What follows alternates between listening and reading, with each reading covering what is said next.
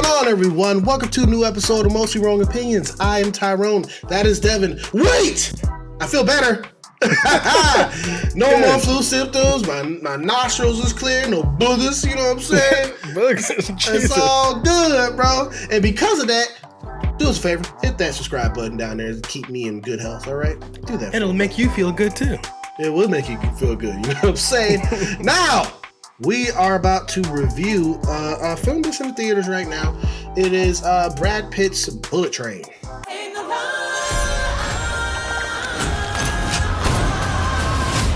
Tyrone, are you surprised to learn that this movie is called Bullet Train because it takes place on a bullet train? And on this bullet train, we find Ladybug. That is Brad Pitt's code name. His mission is to grab a suitcase and leave. But turns out on this train, there are other people who want that suitcase, other people who are on the train to get revenge. So everyone's double crossing everybody. It's complete chaos. And by the time like the movie starts up proper, this is weird. I was like drifting off a little bit. He's a bag of dicks, lady. I'm sorry. I'm working on it. And it's weird because the movie moves as fast as the bullet train.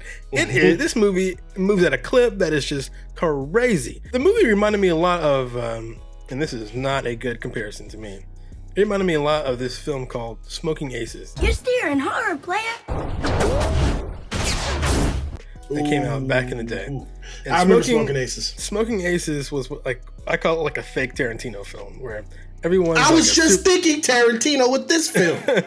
Where everyone's like a super like chatterbox. They're all talking about things that don't actually matter, and the conversations drift and go everywhere. And there's so many pop culture references. And Quentin Tarantino can do this very well. But man, I feel like almost no one else can do this. And it just makes the movie annoying. I would love a bottle of water. That's the one. Thank you.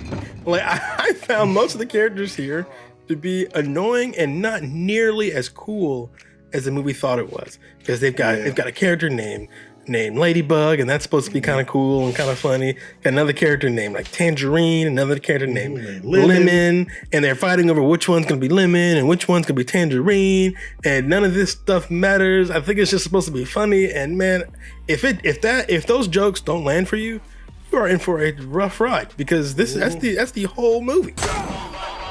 You stabbed me? Is this movie like working on like a dream logic? Because like, where did everyone go? Did you ever notice that like the car pusher girl vanished from the film, and so did all the entire train crew disappeared, and so did all the passengers vanished.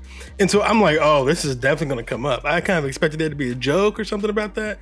The movie just freaking ends, and I'm like, what? Where'd everyone go? They literally went into the conductor's station, conductor's area. He ain't there. No one's there, and I'm like, so. It's a self-driving car. Was this explained? That's like, I'm like, did I miss something? So like, it wasn't played up as a joke. It wasn't brought up. And like, for example, there's another person, like the old lady who was knocking on the door, trying to get into the bathroom at that one point. Did she die at the end when the train crashed, or like what happened? And I swear, weren't there kids on the train at one point too? Yeah, they had some cart that had like a cartoon character, a Japanese cartoon character that was for them. And so the whole train like crashes and explodes violently at the end. And like, so did all the kids in a city? Yeah. So did all the kids die, or did that? I don't. What about the bizarre like product placement in this film?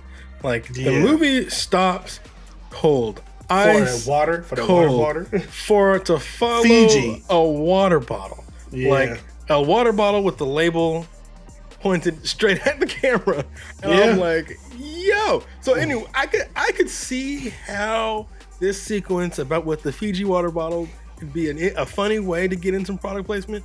But again, at this point in the film, you either checked in or checked out. I was out, and to add in this water bottle thing, I thought just prolonged the movie, and I could feel the product placement. You know, they want to make like that Fiji bottle was like there, and it was a placement in every single part of the whole film. Yeah, and I'm like, well, why is that important? Why is it important? It's not important. It was funny. I guess it's supposed to be funny, but it also felt like it was pandering to the Fiji water people, and I didn't like that either. And they're like, I think it was like Corona or something like that. All the Corona bottles were like pointed at the or labels were pointed at the camera.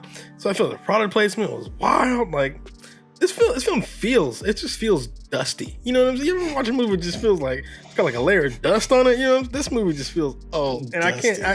It's hard to believe it came out in 2022.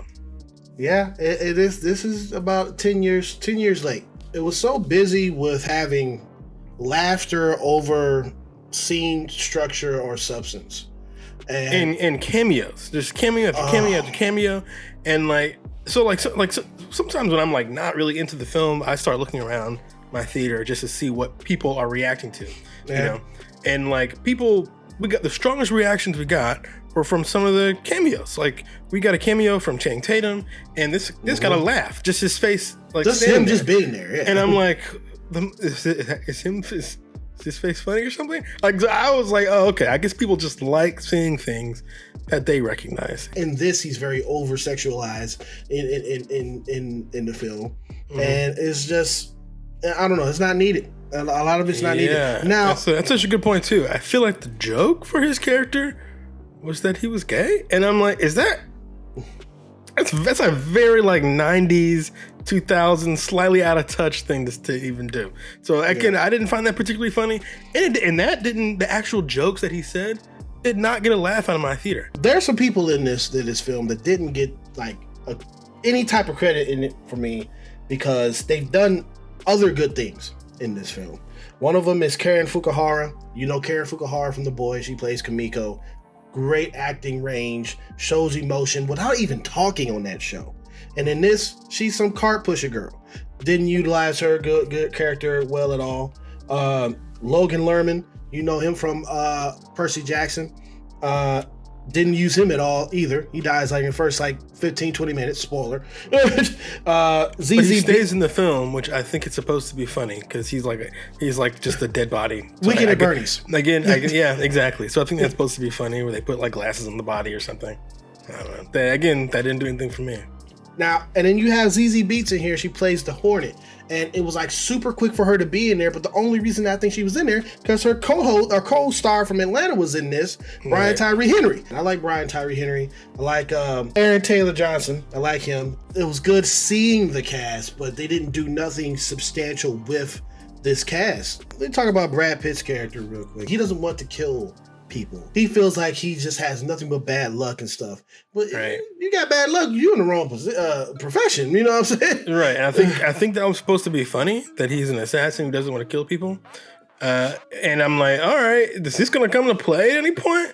Not really, because people around him die anyway. And he even mentions that people just die. It would end up just kind of making him feel like Mr. Magoo. It sucks to see Brad Pitt in an actual Quentin Tarantino film and then see him in a fake one right after. I'm like, that's jarring. From my understanding, this was based on a book, and maybe this kind of stuff really hit in the book. You know, I've got no clue, never read the book. Maybe this stuff is just hilarious in the book. But in the movie, it felt overstuffed. It felt like it was too much. It was too frenetic. It was all over the place, unfocused. And strangely, all this together combined to equal boring somehow. Well, let's go ahead and get into the rating of Bullet Train. Mm-hmm. Action upon action with no scene and substance in there.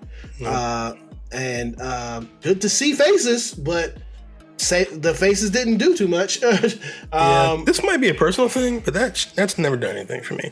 I know a lot of people really like Celebrity, and again, like just seeing Channing Tatum's face got a laugh out of my theater. So maybe this is just a personal thing. Yeah, and Ryan Reynolds too. That got a laugh too. There's just him showing up. But personally, the appearance of a celebrity I've never cared.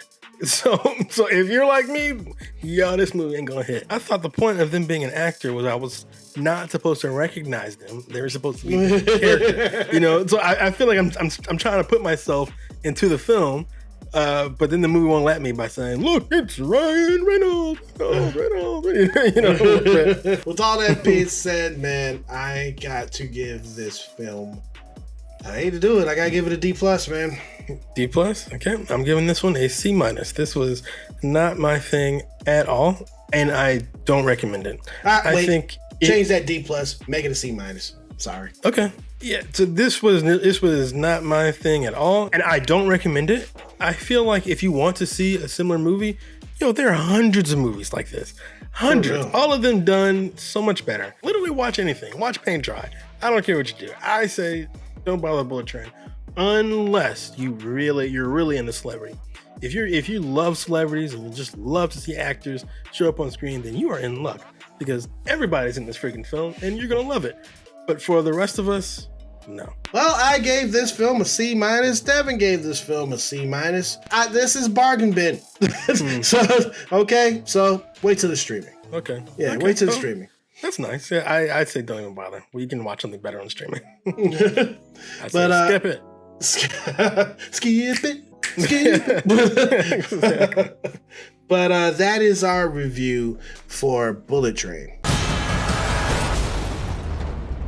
Wait, that's a shit deal. Hey, thank you for clicking on this video. We really do appreciate it, man. You guys are the mechanisms that make this channel go forward, all right? And our viewership has been going up. And you know why? Because people have been subscribing right there, hitting that red button, boom, right there. And while you're at it, go ahead and hit that like button if you like this review of Bullet Train. Or you can hit that thumbs down. Whichever you choose, it is your opinion. But just remember one thing, it is mostly wrong. See you guys in another video.